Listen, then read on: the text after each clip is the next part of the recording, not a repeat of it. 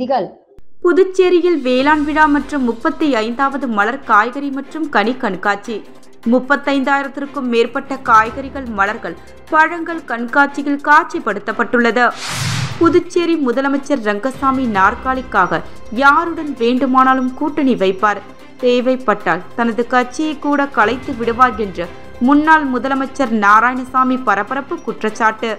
ரங்கசாமி கட்சி தமிழ்நாட்டில் போட்டியிட்டால் படு தோல்வியை சந்திப்பார்கள் எனவும் விமர்சனம்.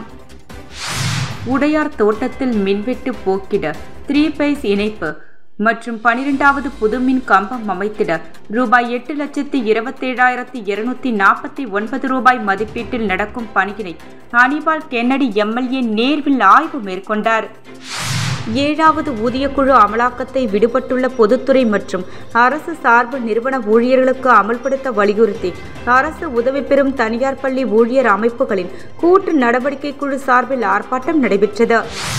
காலாப்பட்டு அரசு மருத்துவமனை உடைப்பு, தடுத்த நர்ஸ் தாக்குதல், மூடி மறைக்கும் டாக்டர், நடந்தது என்ன?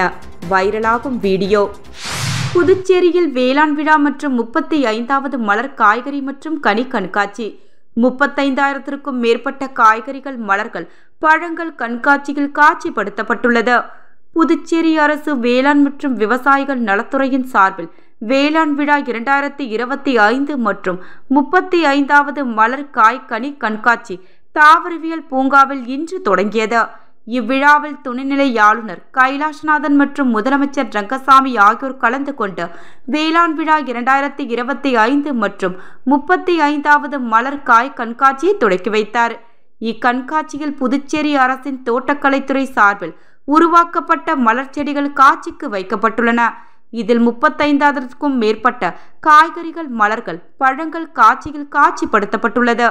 கண்காட்சியை காண வரும் பார்வையாளர்கள் கவரும் விதமாக மலர்களால் பல்வேறு விலங்குகள், பறவைகள் போன்று தத்ரூபமாக உருவாக்கப்பட்டு காட்சிக்கு வைக்கப்பட்டுள்ளன.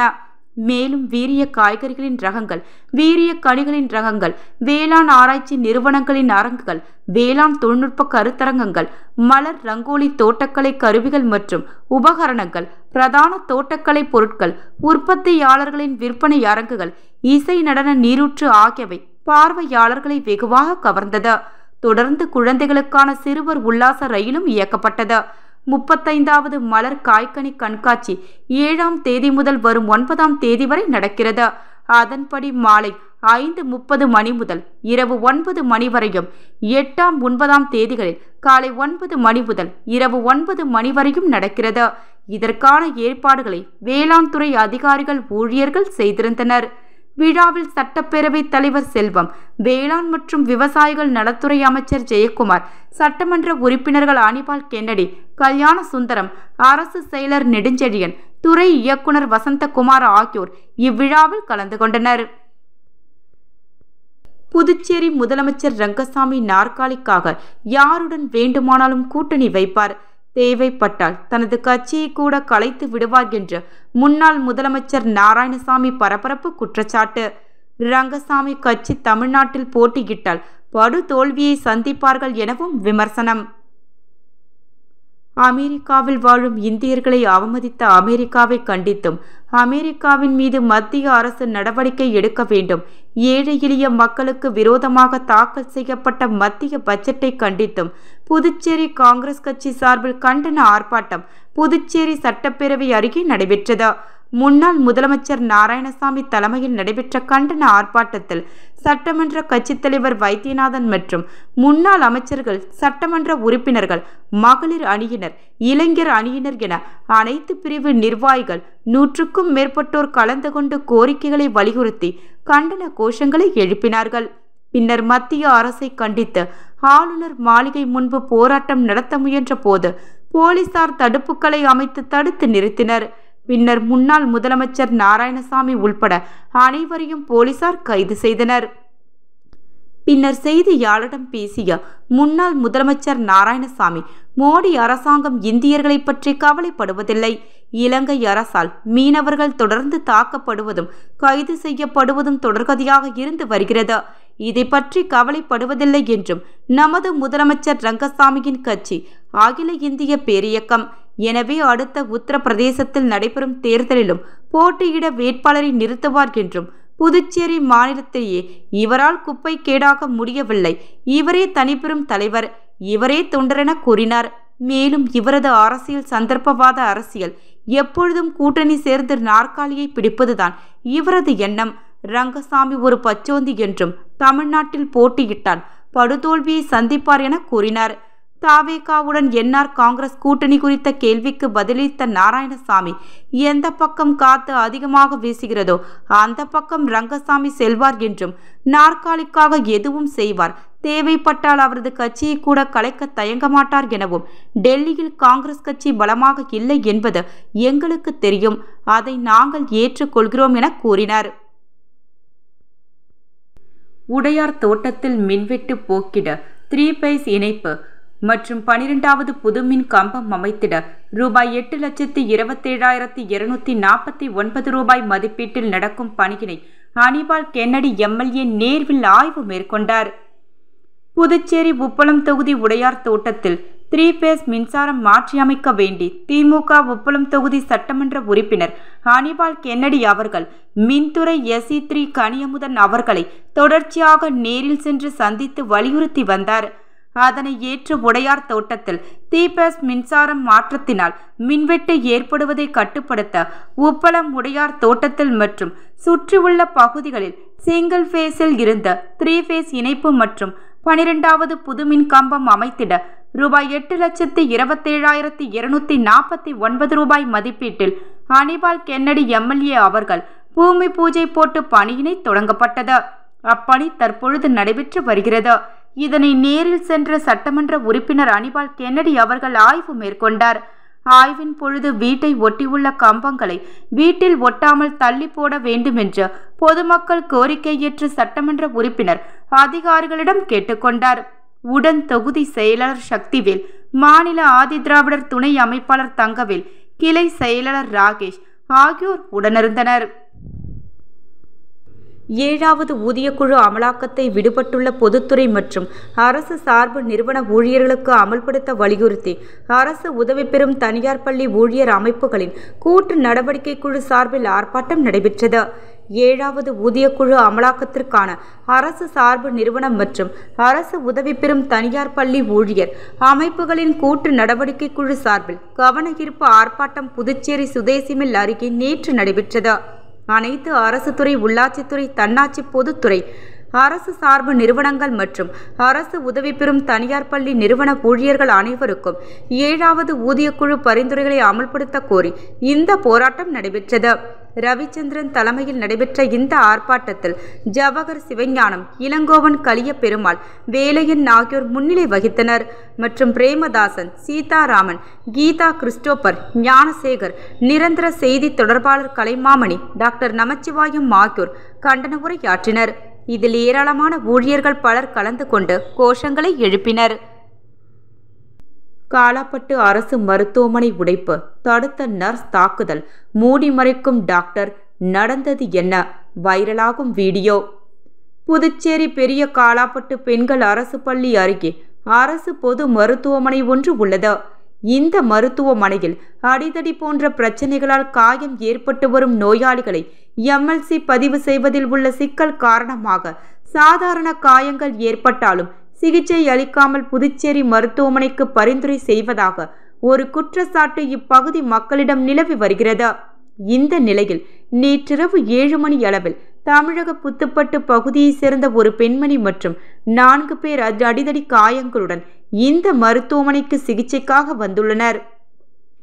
பணியில் இருந்த செவிலியர் மற்றும் உதவியாளர்கள் அவர்களிடம் சிகிச்சை அளிக்காமல் புதுச்சேரி மருத்துவமனைக்கு பரிந்துரைத்ததாக கூறப்படுகிறது.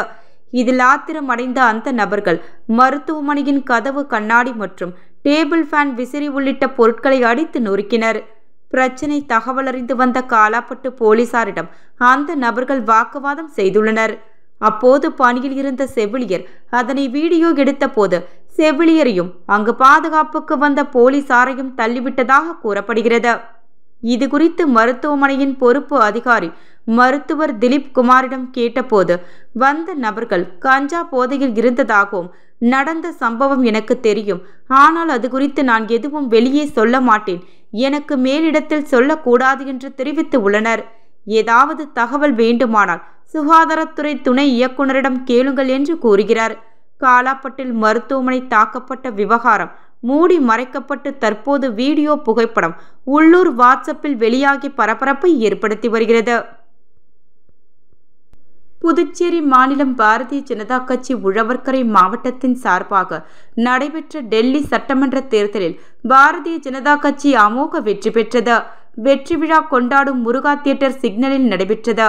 இந்நிகழ்ச்சியை உழவர்கரை மாவட்ட தலைவர் உலகநாதன் தலைமையில் நடைபெற்றது.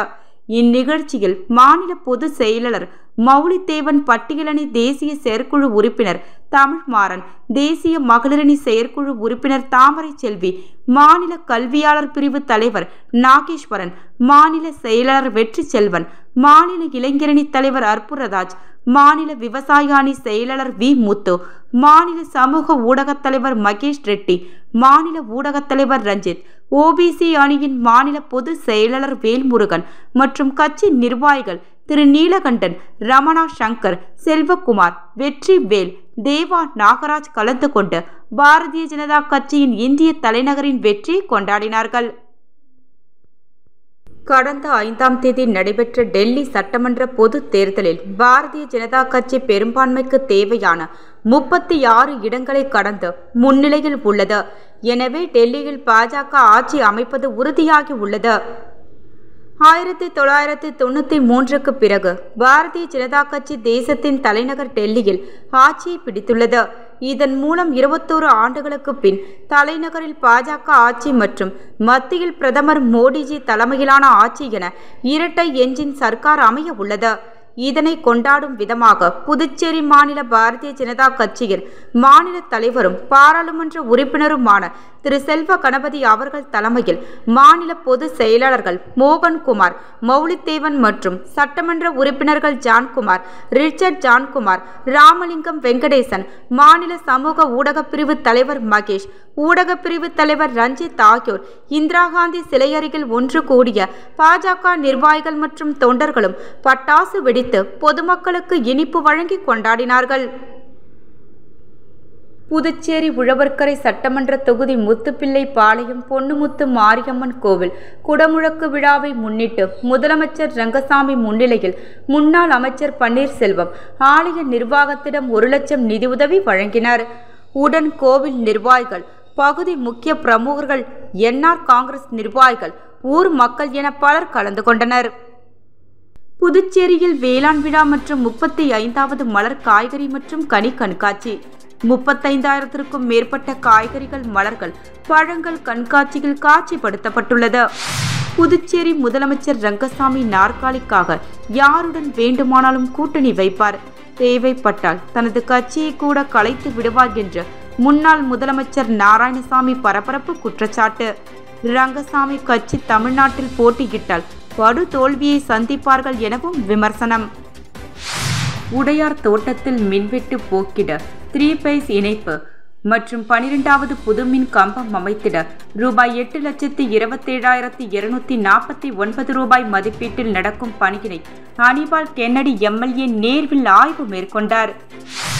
7வது ஊதியக்குழு அமலாக்கத்தை விடுபட்டுள்ள பொதுத்துறை மற்றும் அரசு சார்பு நிறுவன ஊழியர்களுக்கு அமல்படுத்த வலியுறுத்தி அரசு உதவி பெறும் தனியார் பள்ளி ஊழியர் அமைப்புகளின் கூட்டு நடவடிக்கை குழு சார்பில் ஆர்ப்பாட்டம் நடைபெற்றது. காலாப்பட்டு அரசு மருத்துவமனை உடைப்பு, தடுத்த நர்ஸ் தாக்குதல், மூடி மறைக்கும் டாக்டர், நடந்தது என்ன? வைரலாகும் வீடியோ.